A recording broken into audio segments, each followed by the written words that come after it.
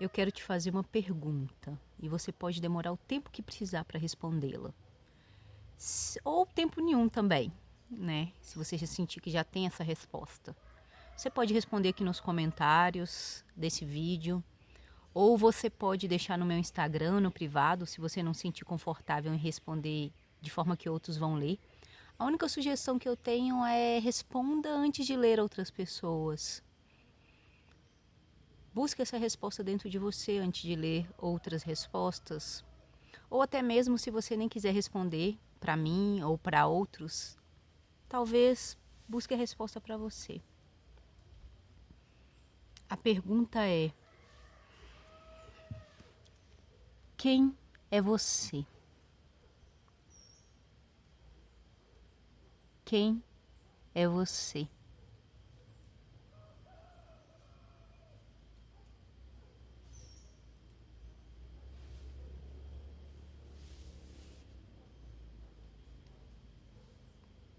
É uma pergunta com poucas palavras, mas que às vezes pode até gerar estranheza, né?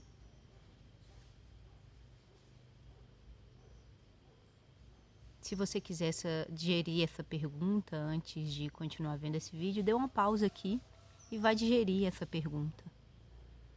Mas eu vou continuar aqui para trazer algumas reflexões sobre ela. É uma pergunta com pouquíssimas palavras e que às vezes é confuso, parece que a frase está incompleta, né? Parece que a pergunta está incompleta. Como assim, quem sou eu?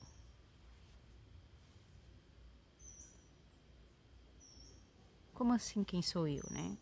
O que você está querendo dizer com essa pergunta?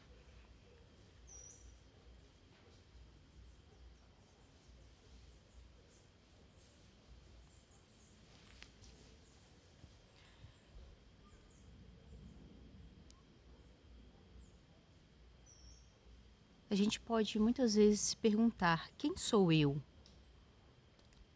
Talvez seja a primeira vez que você esteja recebendo essa pergunta: quem é você?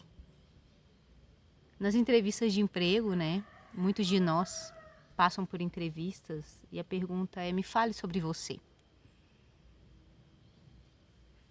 Essa minha pergunta é um pouco uma camada mais profunda,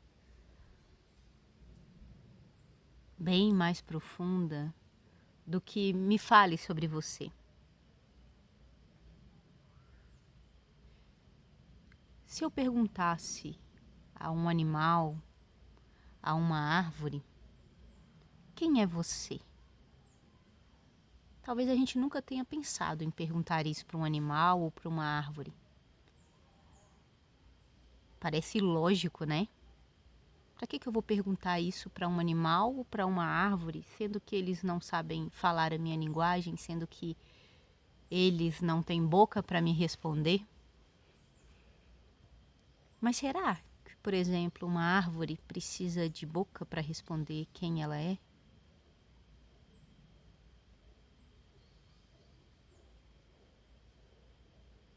Esse é um dos maiores mistérios, né? Eu já ouvi algumas pessoas me dizerem assim, pessoas muito significativas na minha vida, muito importantes na minha vida, me dizerem assim: eu já me perguntei quem sou eu, mas eu fiquei tão incomodada, eu comecei a ficar um pouco doida com essa pergunta e eu parei de me perguntar. Já ouvi outros tão importantes quanto na minha vida dizerem: cuidado, com tanto estudo você vai ficar louca. Cuidado com se importar tanto, você vai ficar louca. É interessante, né, como o estudo, quando ele é bem feito, ele vai nos levar a determinado nível de autoconhecimento, se a gente quiser direcionar o estudo para um espaço mais profundo do eu. Então, todo estudo vai levar ao autoconhecimento. Todo estudo que quisermos que tenha um conteúdo profundo dentro das nossas vidas vai nos levar ao autoconhecimento. Por exemplo, eu posso estar estudando sobre finanças. Eu posso estar estudando sobre criptomoeda. Eu posso estar estudando sobre construção biossustentável. Eu posso estar estudando sobre engenharia, sobre medicina. Eu estar estudando revela facetas do eu. E quando eu paro de deixar com que o estudo me conduza para onde aquele conteúdo quiser me conduzir e eu começo a me perguntar: quem sou eu nesse contexto? Quem sou eu no contexto da criptomoeda? O que que eu penso, o que que eu sinto? Como eu enxergo os outros? Quem sou eu no contexto de vendas? Muito se fala, uma das primeiras perguntas quando você vai montar sua estrutura de negócios é: quem são seus concorrentes? Então, como eu enxergo essa pergunta? Como eu enxergo o outro? Como eu me comporto nesse cenário? Seja qual for o estudo que eu tenho, seja qual área for, porque ela sempre vai estar partindo de um ponto do eu, sendo esse eu consciente disso ou não.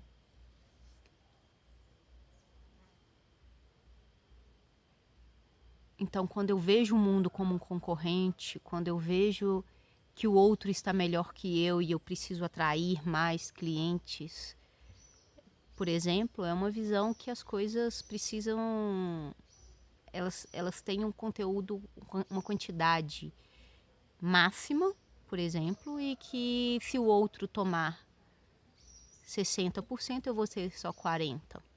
Então a minha mente entende que existe uma quantidade limitada de pessoas, de vendas, enfim.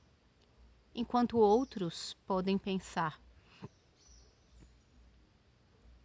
tem para todo mundo. Eu não preciso de concorrer.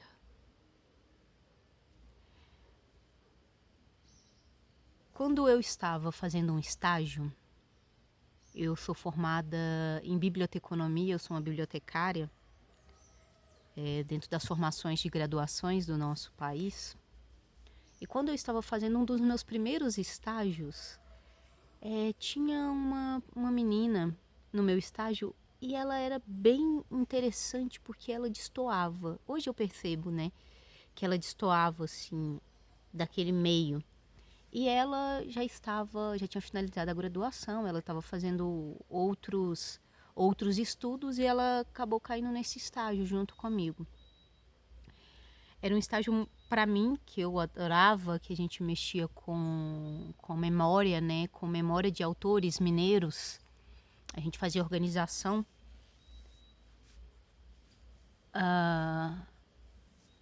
de muitos livros, de muitos materiais desses autores mineiros. Então era uma biblioteca bem específica sobre os autores mineiros, né, autores antigos que já faleceram, outros poucos vivos. E ela também estava ali naquele contexto e eu estava tão imersa. Eu estava no segundo período, né, no início do meu curso ainda, e ela já tinha passado pela graduação, já estava num processo totalmente diferente, mais experiente que eu. E ela tinha uma inquietude muito grande. Ela falava assim: eu não vou competir. Talvez dentro dela existia um incômodo e uma percepção que ali, dentro daquele cenário universitário, acadêmico, dentro de uma instituição muito forte no Brasil, a competição era muito grande. Eu ainda não tinha esse teor de informação porque eu estava muito ainda recém-chegada nesse contexto, mas era claro o incômodo dela. Era até confuso e estranho para mim, porque do nada uma pessoa chega para você sem muita explicação e fala: eu não vou competir. Se eles querem competir, eles vão competir sozinhos, porque só há competidor quando há duas pessoas. Se um quer competir e o outro não haverá competição por parte de quem não quer competir, né? Porque quem quer competir vai competir até quando não houver um adversário, porque a competição está dentro quem eu sou.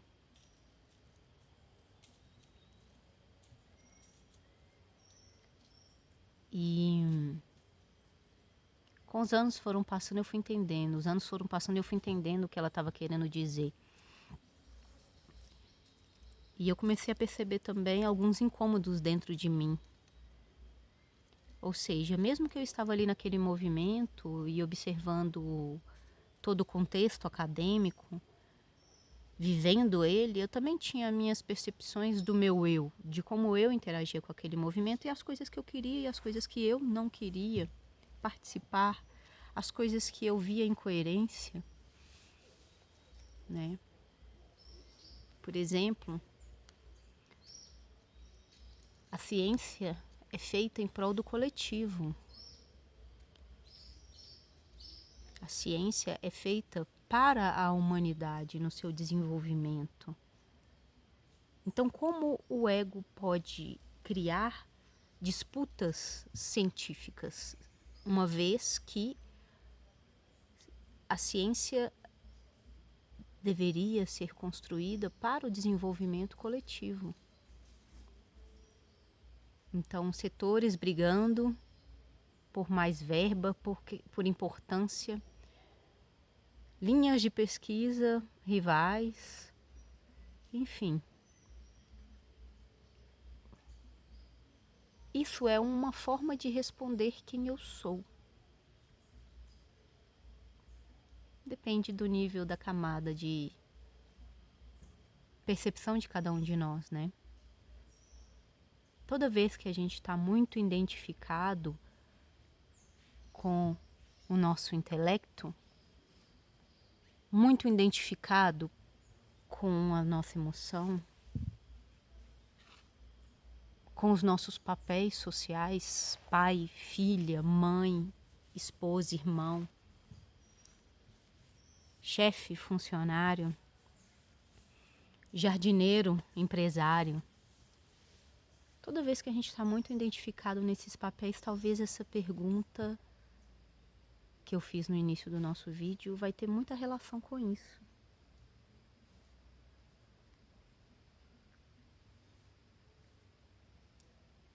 Mas o que fica, né? Quando a gente tira tudo isso, se hoje eu perdesse tudo isso, se hoje eu perdesse tudo o que eu gosto, tudo o que eu penso, tudo o que eu sinto, tudo o que eu sou, todas as pessoas, perdesse o que eu amo, perdesse a natureza, perdesse todas as minhas identificações, quem seria eu?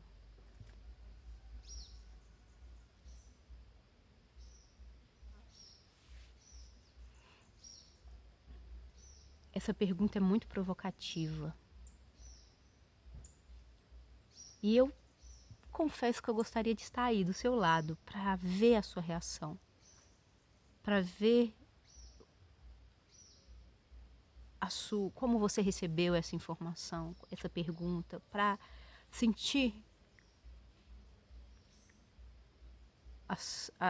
o que gerou em você, para entender, para te ouvir. Porque é uma pergunta tão simples, porém tão incômoda, né? E quantos de nós fugimos dessa pergunta? E talvez muitos de nós não tenhamos resposta.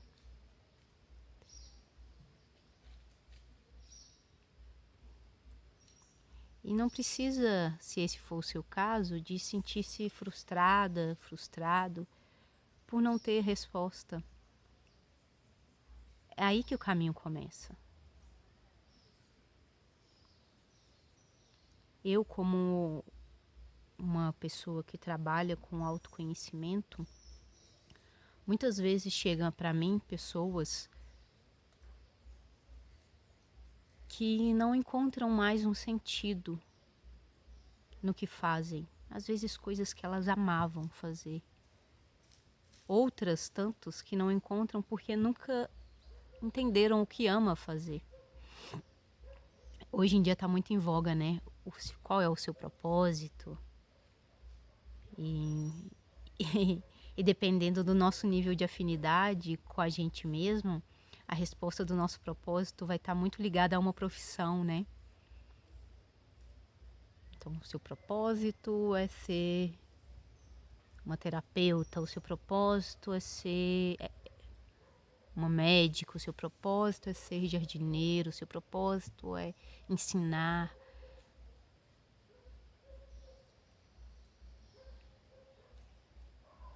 Para mim, o propósito tá no pano de fundo do que eu faço. Quem eu sou está no pano de fundo, está nos bastidores, construindo a minha ação no mundo. Então,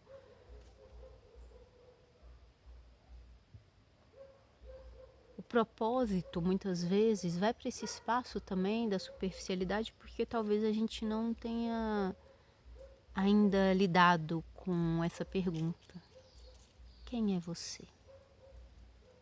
Quem sou eu? E num mundo em que tudo está tão acelerado, né? Tão rápido. Esperar 2 minutos em silêncio é uma tortura. Esperar o quê? A minha própria digestão dessa pergunta. Às vezes a resposta não venha.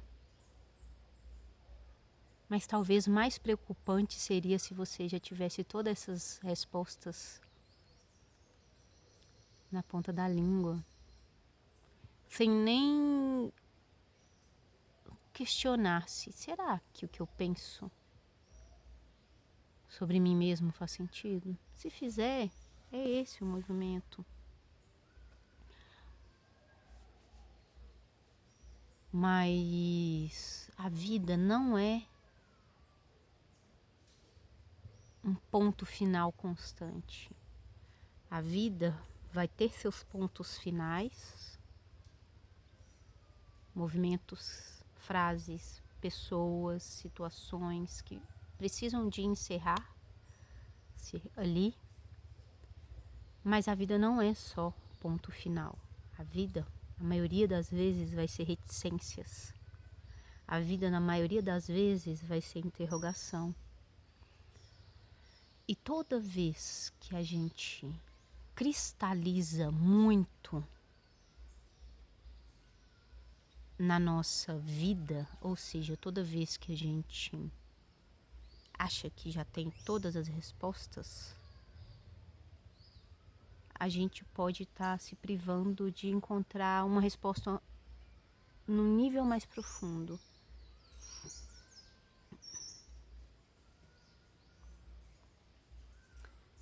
Numa camada mais profunda.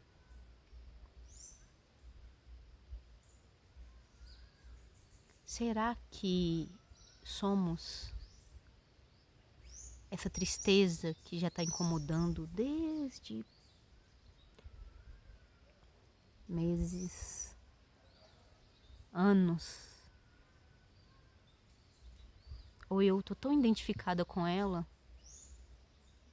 que eu já me tornei ela?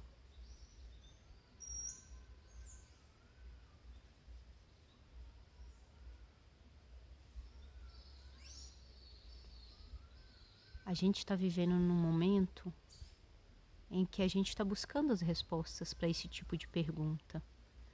Por que eu me comporto assim? Por que a vida inteira eu me senti assim? Por que eu estou me sentindo deslocada? Por que eu me senti durante tanto tempo inadequado?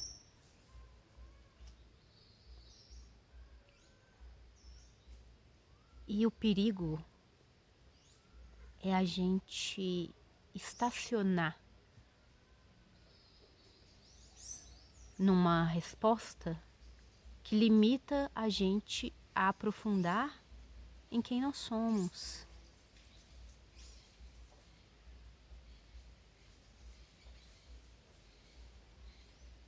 É muito importante, por exemplo, a gente compreender quem nós somos, às vezes com algum diagnóstico, com a compreensão de por que eu sinto isso, qual que é o nome disso, Por que eu me comporto assim? Qual é o nome disso? Muitos dirão, quando eu perguntar quem é você, muitos dirão o próprio nome. Mas quem é você por detrás desse nome? E quem é você por detrás dessa camada que você vê atrás do seu nome? Entende? Então isso vale para tudo que é determinista na nossa vida. A gente pode, em alguns momentos, receber uma informação e dar um ponto final ali de compreensão de tudo que a gente passou.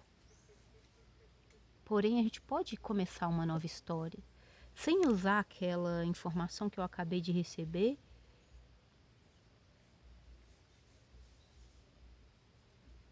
como uma caixa que eu preciso me encaixar, como uma desculpa, às vezes, porque é difícil ser quem eu sou. E agora eu tenho uma justificativa.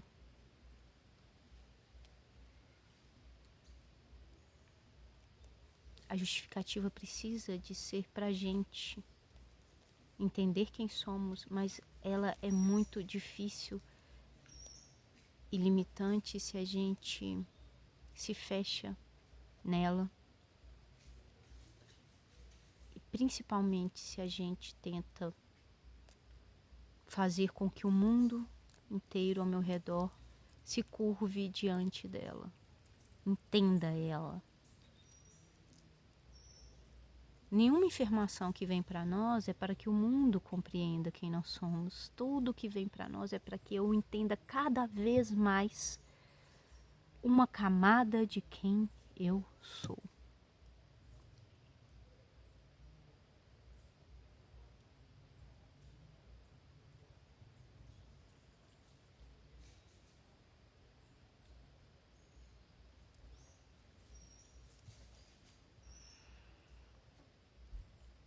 Que saibamos usar cada ferramenta no seu lugar. Que possamos compreender que a vida não é só uma paleta de cores. Olha quantas cores você está vendo aqui. Quantas cores se apresentaram durante esse vídeo, quantas luzes e sombras bateram em mim, em tudo. O cenário mudou. Volta, no começo do vídeo você vai ver que o cenário não é o mesmo. Então por quê? Nós paramos na percepção de quem somos. Por quê? Então, quem é você?